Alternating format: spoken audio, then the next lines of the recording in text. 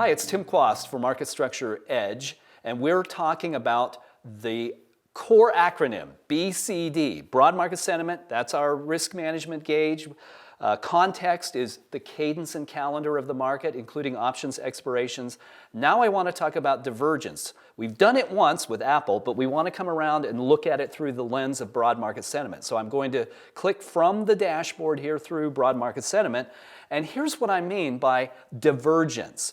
This is demand, the algorithm that meters buying and selling by investors and traders. And again, if it's rising, it rises above 6, you see that line there? Rise above the red line. Now we know it's probably just about at the end of a run. If it drops below the green line, 4, then we know the market's more likely to recover. But look at the divergence. When demand is rising and supply, short volume, we're using the S&P 500 here through the lens of SPY, the ETF. When those things diverge, the market rises. And look what happened here in August.